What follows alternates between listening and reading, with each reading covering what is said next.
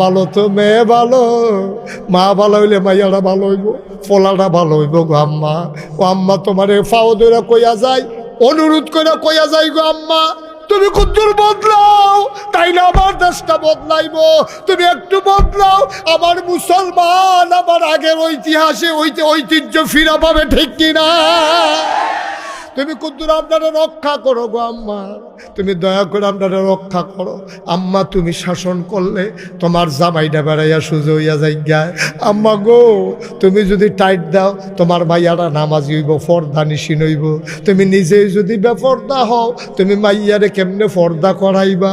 তুমি যদি নিজেই বেনামাজি হও তোমার ফুতেরে কেমনে নামাজি বানাইবা? ফাতেমার জ্বর কথা মনে আসেনি? ফাতেমা রাদিয়াল্লাহু তাআলা আনহার জ্বর, ঘুমের ভিতরে কাঁদতে আছে। আলী স্বামীয়ে লাভ দিয়ে উঠতে গেছে, গিয়া সেটা দেখে জ্বরে শরীরটা ফুইরা যায় গেইতে আছে, একেবারে সাংঘাতিক জ্বর। আলিয়া ডাক দেয়া কয়, ফাতেমা ও ফাতেমা, ফাতেমা গো এটা তুমি কিতা করলা গো ফাতেমা? জ্বরের ভিতর আমারে কেড়ে ডাক দিলা না? পাহাড়ি ঝর্ণা থেকে পানি এনে দিতাম, তোমার ঝড়টা ছেড়ে দিত, তোমার মাথাটা ঠান্ডা হইতো।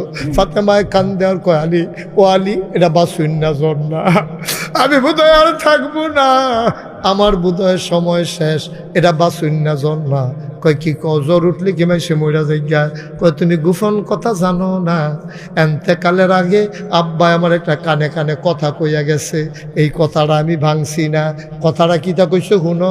আব্বাই কইছে, ফাতেমা কান্দিস না, আমি কোনো সারা জীবন থাকতাম না, আমি তো একদিন যাওনে লাগবো গো ফাতেমা।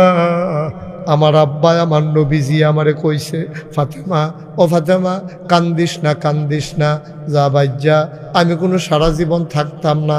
তোর একটা কথা কই, এই জান্নাতের ভিতরে আমার পরিবারের মধ্যে সবার আগে তোর সাথে আমার দেখা হবে। কই এই দিনে আমি বুঝছি আব্বার এন্তেকালের পরে আমি বেশি দিন থাকবো না, ওই দিন বুঝা ফেলছি। ফাতেমা ডাক দেয়া, আলী আপনি টেনশন করেন না, আমার সময় শেষ। আবার কয় আপনি এদিকে আইয়েন। আলী কাছে গেছে, আত্রা ধরছে, ধরে সেরা কয়, আপনি কোন আমি মহিলা হিসাবে কেমন? আপনি যদি সাক্ষী দেন তাইলে আমি বিলে জান্নাত পাবো। সুবহানাল্লাহ। আলী ও আলী আপনি একটু কোন আমি মানুষ হিসাবে কেমন? আলীও কান্দা দিছে, ফাতেমা গো আমি কি তোমার মতো মাইয়া ফাওনের কথা নি? আমার কফাল নবীজি আদর করে আমার হাত তুল্লা দিছে। তোমার মদিনা ধনী ধনী মানুষগুলা তোমার এই স্ত্রী হিসাবে পাওয়ার জন্য নবীজির কাছে আইছে। নবীজি কেউর কাছে দিছে না, আমার কাছে দিছে। তুমি মানুষ হিসাবে কেমন এটার জিগাইও না আমারে। এইরকম মানুষ কি আর দুনিয়ায় হয় না? সুবহানাল্লাহ কয় না? এইরকম মানুষ দুনিয়াতে হয় না গো। ও ফাতেমা, ফাতেমা গো তোমার মতো আমি মহিলা স্ত্রী পাইয়া আমি বড় ভাগ্যবান। এবার আলিয়ে কয়, আপনি কুদুর আমার ব্যাপারে কন। আলিয়ে কয়, ফাতেমারে তুমি কও আমি স্বামী কেমন?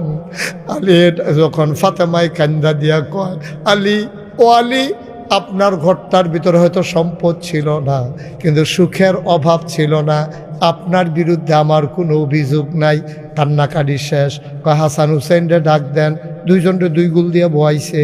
আবার ফাতেমায় ডাক দেওয়া কয়, আমি যদি রাতের বেলা মরে যাই আপনার কাছে আমার একটা অনুরোধ, আপনি আন্দায় থাকতে থাকতে আমারে কবর দিয়া লাইয়েন। কইলে কিতা কইলা? তোমার মৃত্যুর খবর শুনলে হাজার হাজার সাহাবারা আসবে, তোমার জানাজায় কত মানুষ হবে, রাতের বেলা কেন তোমারে দাফন দেব? এত আবার ফাতেমা কান্দে আর কয়, বিয়ে হওয়ার আগ পর্যন্ত বাবার ঘরে যতদিন ছিলাম কোনোদিন কোনো পরপুরুষ আমারে দেখে নাই। আপনার ঘরে যেই দিন স্ত্রী হয়ে আসছি ঘরটায় অভাব ছিল, কোনোদিন বা পর্দা হই নাই, কোনো পুরুষ আমারে দেখে নাই। জীবিত থাকা অবস্থায়, বিয়ের আগে বিয়ের পরে কোনোদিন কোনো পুরুষের সামনে গেলাম না। লাশ হইয়া কাফনের কাপড় পইরা মানুষের সামনে যদি আমারই নিয়ে শোয়ান, তাইলে কাফনের বাইরে দিয়া বাইসে বুঝ জ্বালাইব ফাতেমায় মোড়া ছিল না, চিকন আছিল, লম্বা ছিল না, খাড়। সুবহানাল্লাহ। সে দেখলে বুঝা লাইব ফাতেমা বাইটা না আসিল, ফাতেমা বুধয় মোড়ায় না আসিল। এই চিন্তা যেন কেউ করতে না পারে। অন্ধকার থাকতে থাকতে আমার কবরে শোয়াই দিয়ে দুনিয়ায় কোনোদিন পর পুরুষের সামনে যাই না, লাশ হইয়াও কোনো পর পুরুষের সামনে যেতে চাই না। আহরণদের আম্মারা চিন্তা করছেন নি গো আম্মা? পরহেজগারি কারে কয়? আহরণদের বাবারা, কলজার টুকরা যুবকেরা রে, আমি কোনোদিন তোমাদের এই গ্রামে আসি নাই, আর কোনোদিন আসবো কিনা এটাও জানি না, তকদিরে আছে কিনা জানি না। তবে একটা কথা মনে রাখো, কোনোদিন যদি মুশতাক ফয়েজি আর না আসে, কোনোদিন যদি তোমাদেরকে না ডাকে, মনে রাখবা আমি এসেছিলাম আমার কলজার টুকরা যুবকটিরে, আমার মুরব্বী আব্বারারে, পর্দার আড়ালের আমার আম্মারারে আমি 2-4টা কথা কইয়া গেলাম, কথাটি গেটটা রাখ, এই অনুযায়ী জীবনটা চালাইও। তুমি সাদা কাগজ লেখা রাখো, এই অনুযায়ী যদি জীবন চালাইতে পারো, একদিন যখন মরে যাবা, কাফন পরাইয়া যখন দাফন করে দেবে মাটির কবরে, সবাই দেখুক মাটির কবর, তুমি কবরে গিয়া দেখবা মাটির কবর মাটি নাই, মাটির কবর জান্নাতের টুকরা হয়ে গেছে।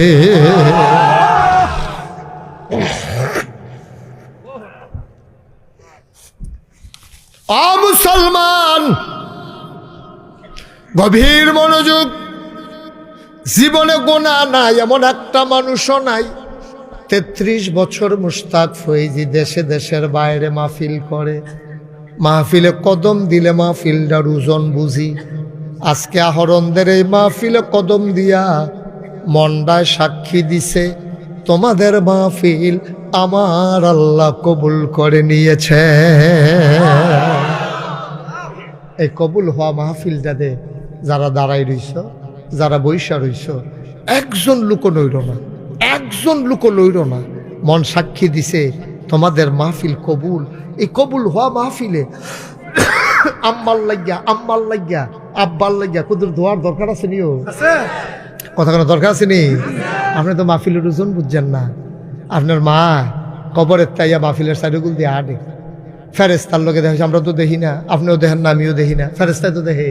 তো ফেরেস্তা জায়গা কি থাকো তুমি না, কবর আসলে এখন আইসো কিতা এবিডি কান দেয়ার কয় ফেরেস্তা আমারে তারাই দিও না, নাগাইশের ফিসা বুজুর যে এবার আইসে, আমার ফুতো মাহফিলও গেছে, আমি দুনিয়ার থাকতে হুন্না ইসলাম, ফুতে বিলে মার লাগিয়া কান্দে, এই মার কবরের আসার বিলে বন্ধ হয়।